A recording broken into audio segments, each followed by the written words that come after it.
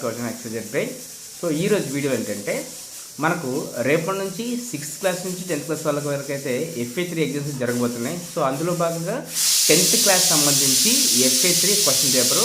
ఈ పేపర్ అయితే చాలా జాగ్రత్త చూసుకోండి. దీంట్లో ఆల్మోస్ట్ మీకు ఇంపార్టెంట్ క్వశ్చన్స్ అండ్ రిపీట్గా వచ్చే క్వశ్చన్స్ అయితే ఉంటాయి. సో ఇది వచ్చేసి మనకు గవర్నమెంట్ టీచర్స్ ఛానల్లో షేర్ చేయడం జరిగింది గ్రూప్లో. సో మీకైతే ఇవ్వడం జరుగుతుంది. సో ఇందులో ప్రతి క్వశ్చన్ అయితే మీకు ఖచ్చితంగా యూజ్ఫుల్ అవుతుంది. ఐ మీన్ FA3లో కానీ, ప్రీ ఫైనల్లో కానీ అండ్ ఫైనల్ ఎగ్జామ్స్లో అయితే తప్పకుండా ఎక్స్పెక్ట్ చేయొచ్చు.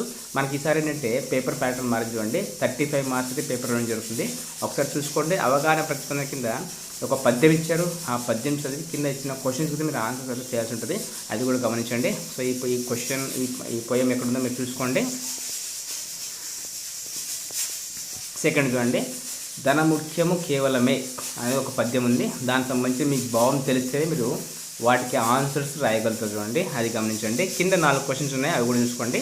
అండ్ వ్యక్తీకరణ సృజనకు సంబంధించి క్రింది ప్రశ్నలకు సమాధానం రాయండి. సో 2 2 4 అంటే 2 క్వశ్చన్స్ అవుతుంది. Each question carry 2 marks. 2 2 4.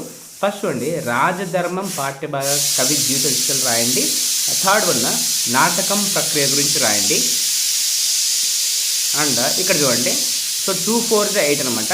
So 2 questions ఉన్నాయి. Each question carry 4 marks. 2 4 8. 4 చూడండి, అనుచరులు ఎన్ని రకాలుగా ఉంటారు, వారి స్వభావాలను విశ్లేషించండి. అండ్ సుగ్రీవుడు పాత్ర స్వభావం గురించి రండి. క్వశ్చన్స్ అనేవి రిపీట్గా వస్తున్నాయి, ఒకసారి చూసుకోండి. తర్వాత కింద చూడండి 8 మార్క్స్వి. 1 8 8. దీంట్లో మీరు ఒకటి రావాల్సి ఉంటుంది. 1 8 8. యుద్ధాలను నివారించడానికి, శాంతిని నెలకొల్పడానికి ఏం చేయాలి, లేదా శ్రీరామ సుగ్రీవులపై మైత్రి కుదిరిన విధానాన్ని వివరించండి. సో వారిద్దరికి ఎలా మైత్రి కుదిరిందనే మీరు రాయాల్సి చూడండి. ఈ రామాయణము. తర్వాత గ్రామర్ పాయింట్ చూసాక సో మొత్తం మీకు 7 ఉంటాయి. So each one carry 1 mark. 7 1 7 చూడండి. ఇక్కడ అర్థాలు, పర్యాయ పదాలు, జాతీయాలు, అలంకారాలు, వ్యతిరేకార్థక పదాలు అండ్ ఘన విభజన, తర్వాత సామాన్య వాక్యము, సంశిష్ట వాక్యాలు, విగ్రహ వాక్యం, ఇట్లా క్వశ్చన్స్ ఉంటాయి. చూసుకోండి గ్రామర్ పాయింట్స్. ఇవన్నీ కూడా చూసుకోండి. ఇక్కడ మీకు విగ్రహ వాక్యం ఇచ్చారు, అది ఏ సమాసం రామని చెప్పారు. సో ఈ క్వశ్చన్స్ అన్ని ఒకసారి చూసుకోండి. డెఫినెట్గా అయితే మీకు ఒక రివిజన్కి ఒక పనికి వస్తుంది. అలాగే మీరు ఎంతవరకు చదువుకున్నారన్నది మీకు ఒక ఐడియా వస్తుంది. ఈ క్వశ్చన్స్ అంటే డెఫినెట్గా మీకు రిపీట్ అవ్వడానికి స్కోప్ అయితే ఉంటుంది. సో డెఫినెట్గా అయితే ఈ క్వశ్చన్స్ బాగా ప్రాక్టీస్ చేసుకోండి.